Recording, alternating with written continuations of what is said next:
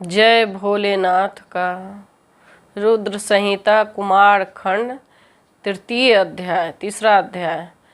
महर्षि विश्वामित्र द्वारा बालक स्कंद का संस्कार संपन्न करना। बालक स्कंद द्वारा क्रौच पर्वत का भेदन। इंद्र द्वारा बालक पर वज्र प्रहार। शाख विशाख आदि का उत्पन्न होना। कार्तिकेय का सन्मुख होकर 6 कृतिकाओं का दुग्ध पान कराना। नारद जी बोले, हे देव, हे प्रजानाथ, हे ब्राह्मण, हे सृष्टिकर्ता प्रभु, इसके बाद वहाँ क्या हुआ, इसे आप कृपा करके बताइए। ब्रह्मा जी बोले, हे तात, इसी समय विधाता के द्वारा प्रेरित होकर महाप्रतापी विश्वामित्र स्वेच्छा से घूमते घूमते वहां आ पहुँचे। इस तेजस्वी बालक के अलौकिक तेज को देखकर वे कृतार्थ हो गए और उन्होंने प्रसन्न होकर उस बालक को नमस्कार किया। उस बालक के प्रभाव को जानने वाले महर्षि विश्वामित्र ने प्रसन्नचित होकर विधि प्रेरित वाणी से उस बालक की स्तुति की। महान लीला करने वाला वह बालक अत्यंत प्रसन्न हुआ और अद्भुत हास्य करता हुआ विश्वामित्र से बोला। शिवपुत्र बोले, हे महाज्ञानी, आप अचानक स्वेच्छा से यहाँ आ पहुँचे हैं, अतः हे तात, वेदोक्त रीति से मेरा यथा विधि संस्कार संपन्न कीजिए। आज से आप प्रसन्नता पूर्वक मेरे पुरोहित हो जाइए, इससे आप सदा सबके पूज्य होंगे, इसमें संशय नहीं है। ब्रह्मा जी बोले, बालक की यह बात सुनकर गाधीपुत्र विश्वामित्र जी अत्यंत प्रसन्न हो गए और आश्चर्यचकित होकर मन स्वर से उस बालक से उन्होंने कहा। विश्वामित्र बोले, हे तात सुनो, मैं ब्राह्मण नहीं हूँ किंतु गाधीसूत क्षत्रिय कुमार हूँ। मेरा नाम विश्वामित्र है, मैं तो ब्राह्मण सेवक क्षत्रिय हूँ। हे श्रेष्ठ बालक, मैंने तुमसे अपना सारा चरित्र निवेदन कर दिया है। तुम कौन हो? अपना संपूर्ण चरित्र मुझसे कहो, मैं आश्चर्यवंतित हो रहा हूँ। ब्रह्मा जी बोले, विश्वामित्र के इस वचन को सुनकर महान लीला करने वाले बालक ने प्रसन्न हो उन गाधी पुत्र विश्वामित्र जी से अपना सारा चरित्र कहा।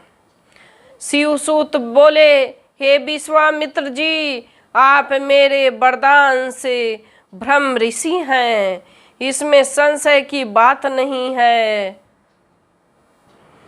वशिष्ठ आदि ऋषिगण भी आदर पूर्वक आपकी प्रशंसा करेंगे। इस कारण आप मेरी आज्ञा से मेरा संस्कार करें।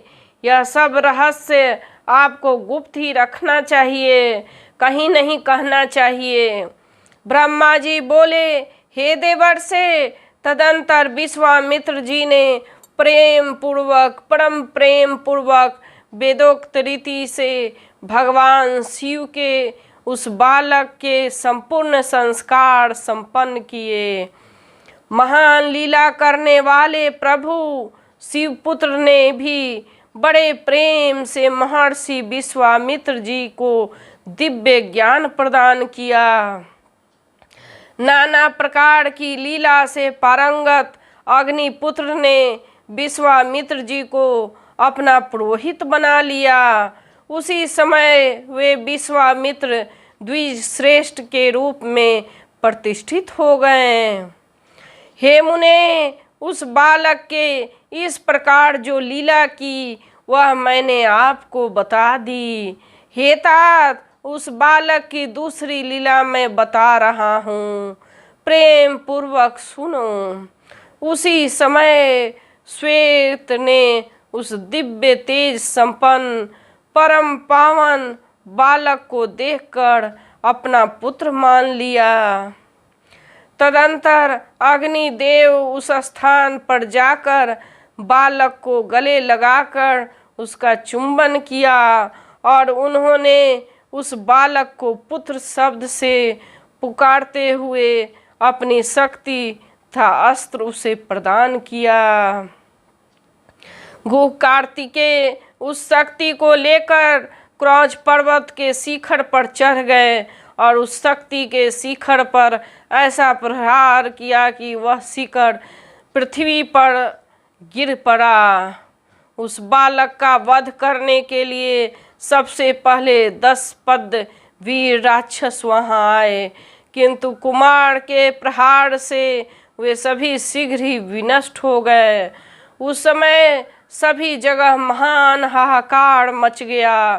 पर्वतों के सहित सारी पृथ्वी और त्रिलोक के कांपने लगा। उसी समय देवगणों के साथ देवराज इंद्र वहां आ पहुँचे। इंद्र ने अपने वज्र से कार्तिकेय की दक्षिण पास में प्रहार किया। वज्र के लगते ही उसे शाख नामक एक महान बलवान पुरुष प्रकट हो गया। पुनः इंद्र ने उसके वाम पार्श्व में शीघ्र ही वज्र से प्रहार किया। उस वज्र के लगते ही उसके एक और विशाख नामक बलवान पुरुष उत्पन्न हो गया। फिर इंद्र ने वज्र से उसके हृदय पर प्रहार किया, जिससे उसी के समान बलवान नैगम नामक एक पुरुष प्रकट हो गया।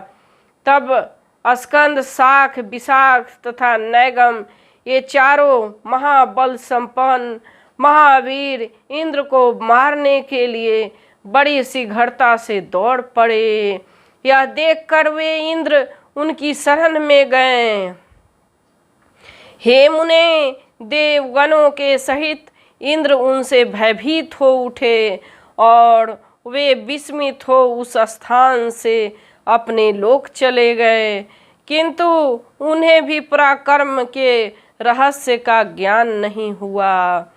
हे तात, विविध प्रकार की लीलाओं को करने वाला वह बालक आनंद पूर्वक निर्भय हो वहीं पर स्थित हो गया। उसी समय कृतिका नाम वाली 6 स्त्रियां वहां स्नान के लिए आई और उन्होंने प्रभावशाली उस बालक को देखा। हे मुने, उन सभी कृतिकाओं ने उस बालक को ग्रहण करना चाहा। उसी समय ग्रहण करने की इच्छा से उनमें परस्पर विवाद होने लगा। हे मुने, उनके विवाद का शमन करने के लिए उस बालक ने 6 मुख बना लिए और उन समय सबका स्तनपान किया, जिससे वे परम प्रसन्न हो उठी। हे मुने, फिर उस बालक के मन की गति जानकर वे सभी कृतिकाएं प्रसन्नता से उसे लेकर अपने लोक चली गई। उन्होंने सूर्य से भी अधिक तेजस्वी तथा स्तनपान की इच्छा करने वाले उस कुमार नाम वाले बालक शिवपुत्र को अपना दूध पिलाकर बड़ा किया। वे प्राणों से भी अधिक प्रिय उस बालक को कभी आँखों की ओट न करती। जो पोषण करता है उसी का वह पुत्र होता है। जो जो वस्त्र एवं आभूषण इस तरलोक में दुर्लभ है, उन सभी वस्त्रों एवं श्रेष्ठ भूषणों से प्रेम से वे उस बालक को प्रदान करती। इसी प्रकार वे अत्यंत प्रशंसा के योग्य दुर्लभ एवं स्वादिष्ट अन्नों को प्रतिदिन खिला खिलाकर उस बालक को पुष्ट करने लगी। हे तात, इसके बाद एक दिन कृतिकाओं के उस पुत्र ने दिव्य देव सभा में जाकर बड़ा सुंदर चरित्र किया और महान लीला करने वाले वह बालक संपूर्ण देवताओं सहित विष्णु को अपना महान अद्भुत ऐश्वर्य दिखाने लगा। उसकी इस महिमा को देखकर विष्णु सहित अन्य देवगण तथा ऋषि अत्यंत आश्चर्यचकित हो गए और उस बालक से पूछने लगे कि हे बालक, तुम कौन हो? उनकी बात सुनकर उस बालक ने कुछ भी नहीं कहा और वह शीघ्र ही अपने घर चला गया और पूर्ववत गुप्त रूप से रहने लगा। जय भोलेनाथ की। रुद्र संहिता कुमार खंड 3 अध्याय समाप्त। जय भोलेनाथ की।